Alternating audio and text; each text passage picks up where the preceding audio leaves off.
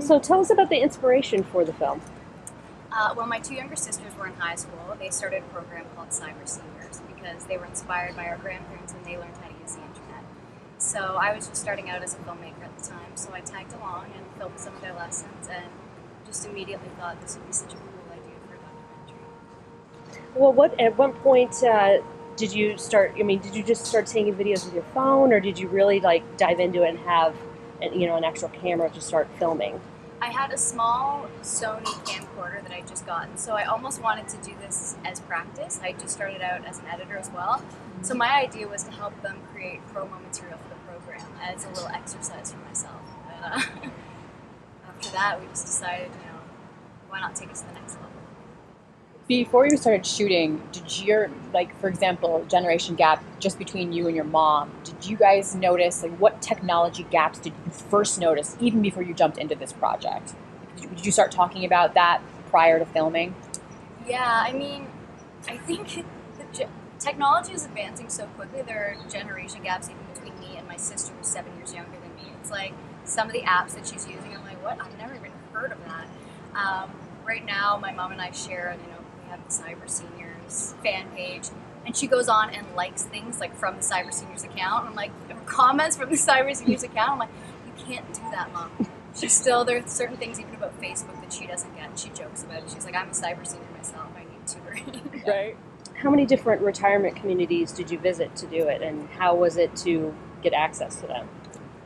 It was pretty difficult getting access to retirement residences. And I think we approached about 20 and we ended up getting into 2. Mm. Yeah, so 2 retirement residences and then Annette kind of on her own in a condo. So Oh, she interesting. was a friend of a friend.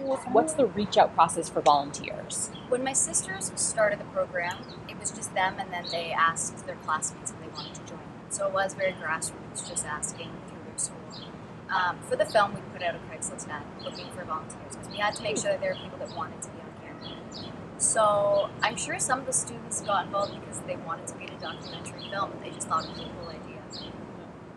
So your mom is the producer, which is great. Your sisters are involved, obviously, with the program. Your grandparents were the inspiration. How was it working essentially with your extended family on a project? It was good actually. It worked out. It was a little bit scary working with my mom.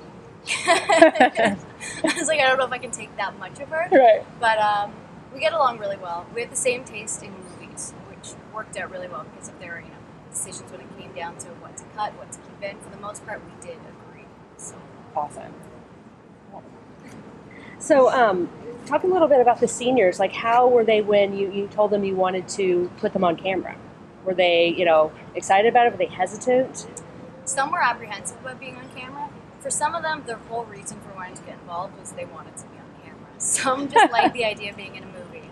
But yeah, some, were a little bit shy when we first brought in the cameras, but you quickly forget that the cameras are there. Like, it's weird. You set up a microphone and you start talking to them and they just start acting like there's no one filming. Now, Shura was just part of this community. How did you sort of use her as a leading narrative? Because she was the first one to do a video. Yeah. She's a character. Well, we were struggling to figure out what the ending of this film would be. We got them all from point A to point B, which was, not being able to learn the computer to being able to learn how to use the computer. And then we didn't know where to take it from there. So when Shura made her YouTube video, she basically told us she wanted to make a YouTube video. She wanted to make us grilled cheese and corn on the cob. We didn't know how she was going to make it.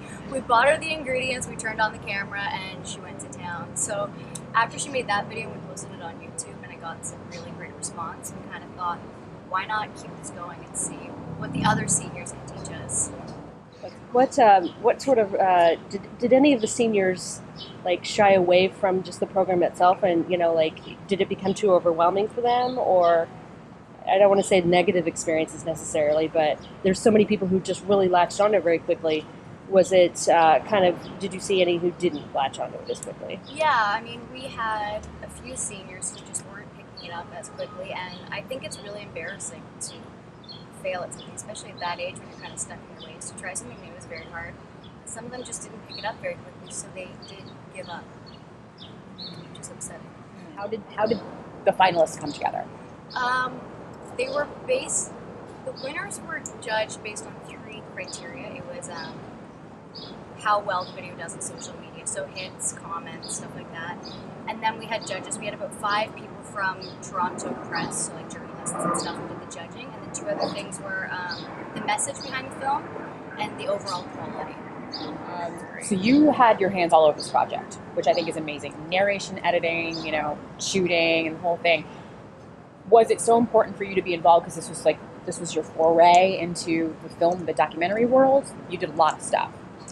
I was actually looking for an editor to come on and help with the project, but I had someone that I was really interested in using, but what happened was I kept kind of going, I'm not ready to give it to you, let me package it better first. And then I just ended up editing the film because it was like, I would have an idea and then another idea, so I just kept going with it. I did not expect to edit the entire film, and I did have some help along the way, but I ended up doing it all just because I was so close to the footage. It seemed like it was just easier for me to do it because I knew where everything was. Yeah. Did you edit as you went along, or did you put it into stories, or did you narrow it down from something larger? As we were filming, I started to edit, and I kind of just went for whatever I found funny. My background is in comedy. I love comedy, so each day if we filmed something that I was kind of like, that would make a really funny scene, I would go home and cut it together. So by the end of filming, I had maybe 3 or 4 3-minute little comedy bits. They were like, montages of funny moments, or Shura and Eller chatting on Facebook for the first time. Those were some of the first scenes that I cut together, and then from then I had to kind of weave a story in between those moments. Can you talk a little bit about how the program is going and expanding to? Because I noticed online there's a way to sign up as a cyber senior or sign up to help tutoring. Yeah, we're trying to get the cyber seniors movement going throughout North America. So we've created some resources which are on our website. We have 2 handbooks that you can download for free. One is a handbook for a young person who wants to teach somebody, so it's kind of a step-by-step guide with some tips. And the other handbook is for the seniors themselves, with tips for getting online. We have a little glossary of common terms that they might not know. So yeah, we just want people to be able to go to our website, download these resources, and take on the responsibility of going into a retirement residence and doing it themselves if they want to. A lot of retirement residences and community centers already have programs like this. Some don't, but as long as they have computer labs, there's no reason you shouldn't be able to just kind of go in and do it themselves. What did the teens, do you think the volunteers, what did they take away from this in the end? What do you think the most important thing that they took away was? Well, I think a lot of the teenagers who got involved because they wanted to use it as a way to get community service hours, to maybe bulk up their college resumes. But they actually really enjoyed it, and I think that they learned a lot about the older demographic. I think it taught them to be patient. A lot of them, the first few lessons, kind of rush through the lessons, and it's very go, go, go. They quickly realize they have to slow down, speak clearly, and make eye contact. No looking at your phone while you're trying to communicate with these people. Do you think that once they watched their footage back, they were more aware of their face-to-face communication? I think so, yeah. I definitely think it is a skill that they learned to be able to, put down the phone and speak clearly. Yeah. Yeah, there's also, I noticed it was mentioned that one of the seniors was doing his online banking and was like, oh, I could do this now. What other sort of things did they discover that they could do online? A few of them got into online gaming. Like a lot of them like to play bridge, so they go on and they have little bridge clubs online. Shura, for example, loved playing Scrabble on Facebook because she was able to play it with her kids and with her grandkids. Awesome. Did any of them end up doing shopping online? I don't know. Yeah. I'm not sure. Yeah. There's so many options out there. I know. You know? Well, the banking, a lot of them are kind of afraid. They've been warned about, online scamming. Right. Don't give your credit card number out. So Ellard was kind of bold for getting into online banking.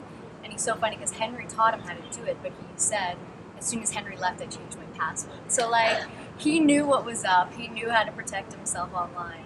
What do you think motivated your grandparents to teach themselves versus the seniors in the center? For my grandparents, their main reason for wanting to get online is we have a cousin who lives in Ireland. So he was about 3 years old when they first got online because they wanted to be able to see him grow up. Yeah. So my uncle now brings his iPhone to soccer games, to piano recitals, and so they can to see him on a day-to-day basis as he grows up. It's really cool for them. So a lot of the seniors, I think that was their main reason for getting online as well. People who had family in far off places were the ones more motivated to get online.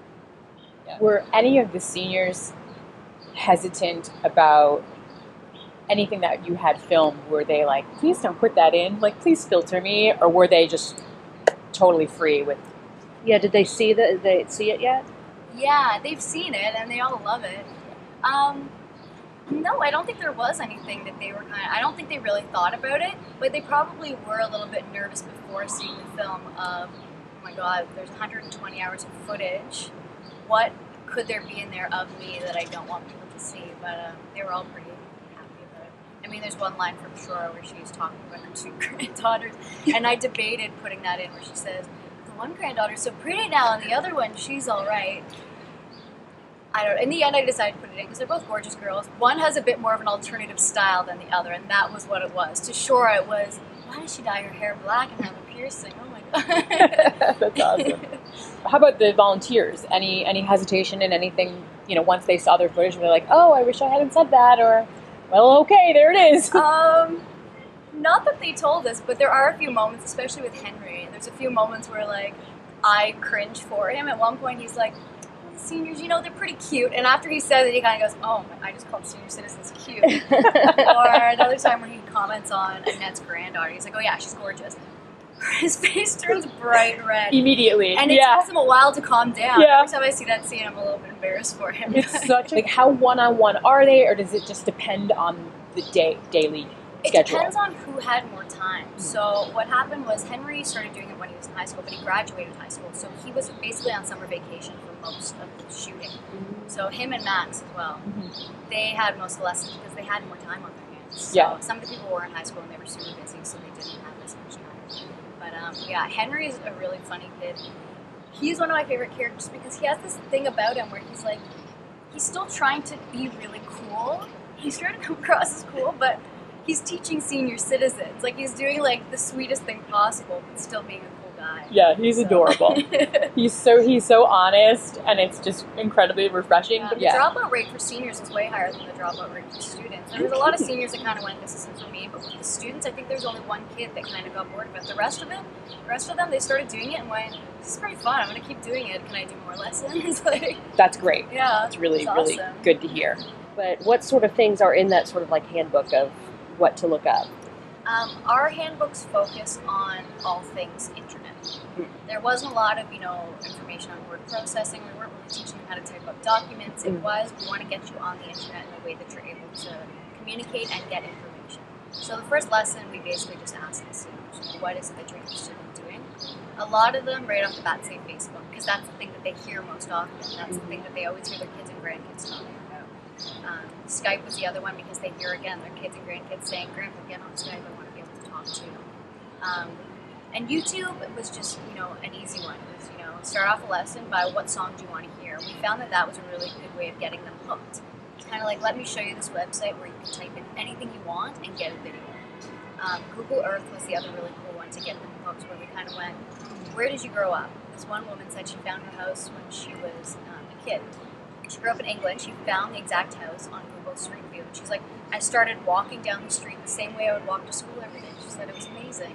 Wow, that's awesome. The music was interesting because, again, I started editing while we were still shooting. So I was just pulling tracks out of my iTunes.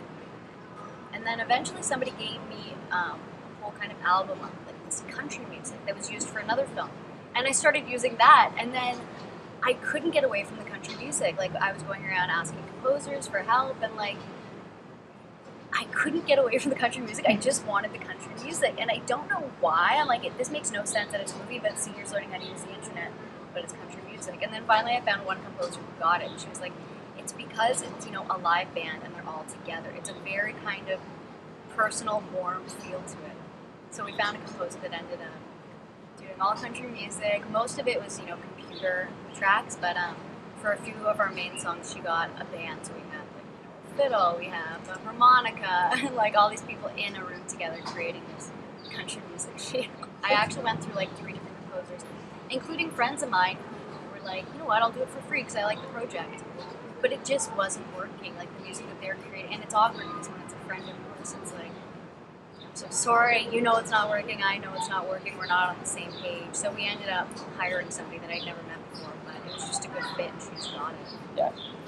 With both your sister and your grandfather being diagnosed, did you have second thoughts about putting that in the film, or just were you like, this is part of our story, it has to go in? Yeah, well, when we started filming, my grandfather was already going through cancer treatment, and I wanted to include their story because my sisters started the program. That was my whole connection to the program, so I was going to include their story. And my grandpa having cancer was sad, but it was something we had been living with for a while. When my sister was diagnosed halfway through filming, it was really shocking. It was difficult. So there was a lot of back and forth on whether or not we wanted to include that. I ended up filming it along the way just to have the option, but it's not like I was filming all the time. There was very few moments where I would break out the video camera and film. And there were moments that just felt natural. It wasn't the moments when we're all sitting around crying. It was, every day we'd take Polly to the hospital for her treatment, and then Grandma and Grandpa would Skype her just because they wanted to see how she was doing. So it's moments like that that just became a part of our everyday. And I'm glad that I have them on camera because them going through that together, my grandfather and my sister, it really created a strong bond between them, which I think they're both happy to have and to have on camera. Well, yeah, I was going to say, what other sort of things did you learn doing this documentary that you would on your next tryout would probably change or want to do it a little bit differently? That's tough. I would definitely keep a small crew again. We only had me plus 3 people. It was a production assistant, camera, and audio. So keeping it small definitely helped. I think the documentary, you don't want to have a huge crew coming in and throwing people off. Well, how long was that process, speaking of it, like from the time that it started to when you wrapped it up? Well, we filmed, I had the idea in 2009. We didn't start filming until 2011. We filmed for about 10 months, and then I edited for about a year on and off. That wasn't like 9 to 5 every single day, but it was a full year of kind of doing an edit, moving around the cue cards, doing a re-edit. So yeah. Is that why you decided to do the narration, just because you had kind of done the editing and everything together? Yeah, I mean, I didn't start out wanting to do the narration, but it was one of the final things that we added. It was kind of like, I do think that we need a bit more of an explanation of why this program started and who I am in relationship to this project. How has the festival circuit been so far? Good. I think we've done 9 festivals so far. Yeah, so it's been fun. We've been trying to go to as many as possible because the festivals are a really great opportunity to kind of reach out to different audiences and to meet other filmmakers. We're screening in New Zealand right now, and I didn't make it over there. Maybe I'll still go. So is it still happening? Yeah, we have 6 screenings. It's a weird festival because it takes place in 2 different cities. So 1 week in one city and 1 week in the second city. So next week we're in the other city, Auckland. What was your process in submitting to festivals? Did you have specific ones in mind, or did you just sort of cast an extraordinarily wide net? We had specific ones in mind. We're from Toronto, so we wanted to get into TIFF and hot dogs. Right. We didn't get into either of those. So we started applying to smaller ones in cities with older demographics. So Florida, we applied to a bunch in Florida. And what's happening now, which is great, is that festivals are approaching us and kind of saying, I saw this at another festival, we think it's a good fit for our festival, would you be interested in submitting? Which is great because you can spend so much money applying to these festivals, and when you're not getting in, it's really frustrating. So I think it is important to choose ones that you research and you know that it's a good fit. Looking back on it, TIFF is, a big Hollywood style festival. There was no way our little indie doc was going to get in, but we were like, come on. You never know until you try. Yeah. Yeah, that's awesome. You, I know, want to do like a Gen Y documentary. Do you have any idea what the framework for that is, or you just know you want to tackle that generation? I'm actually not entirely sure of that topic yet. It is something that interests me, either Gen Y or the idea of just being in your 20s in general. What are some of the things that people go through in their 20s, some of the learning curves that you go through. But it is a more difficult topic. We were lucky with cyber ensues because we had a reason for being there. it was there's a lesson going on, so we'll show up for the lesson. For another topic, I don't know what the excuse would be to show up and what the people would be doing in the time that we're there interviewing them. So you're just definitely interested in directing again. Yes. Just documentaries or maybe a narrative? Maybe a narrative. We'll see what happens. I don't know. I really liked making a documentary film. It takes a long time though, because you have to just keep filming and filming until something meaningful happens, and then the editing. You're basically writing a script in the editing, which is difficult, but it's fun. Are they still making new videos? Like, are they constantly making new videos? Are they motivated now to do that? No, they all made the videos just for the competition, but our goal is to do kind of another contest and get more seniors involved. And what we really want to do is, get them to teach us something new. I find that most of the content online is created by young people, it's created by millennials. I think there should be more content online created by older people. Things like, lost arts, like how to change your oil, how to mend a sock, things like that that people don't do anymore. Right. It'd be kind of cool to have the seniors online teaching